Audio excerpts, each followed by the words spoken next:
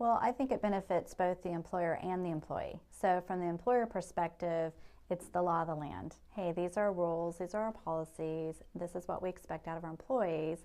And on the employee side, whenever they have questions or concerns, they can refer back to that policy and say, well, what is it that my employer is expecting out of me?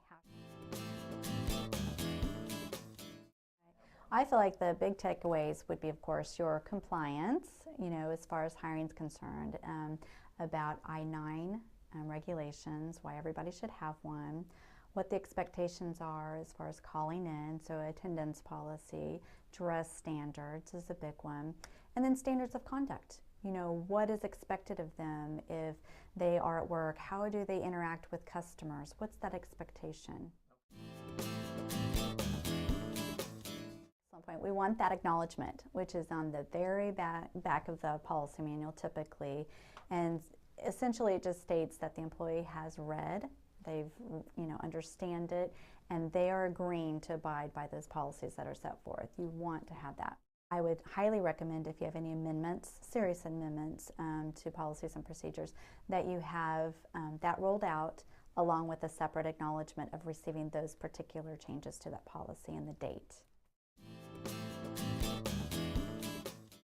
It does depend on the culture of the particular company. If they're real techie and savvy and they have an intranet and a place to go, roll out through that. They could roll it out through any kind of forms of, iPhone or iPad and just do an electronic signature, and then it goes to a particular place to be retained. A lot of employers just are more comfortable with having that hard copy, old school, place it into the personnel file once it's done. Probably not having any kind of leave of absence policy. The big one, if an employer is 50 or more employees, they should absolutely have a Family Medical Leave Act policy in place. It is the law, it's federal law since 1993, that needs to be in there. Even just simple attendance policy, what's expectation? If you have an employee that's going to be late, they're not able to come into work, are they supposed to call in to their supervisor, leave a message at the front desk, drop a text, drop an email?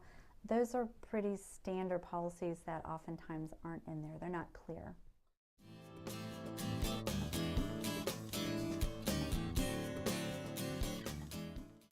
Probably more often that an employer does not have a policy manual. If it's not there, it's not documented, proof's in the pudding.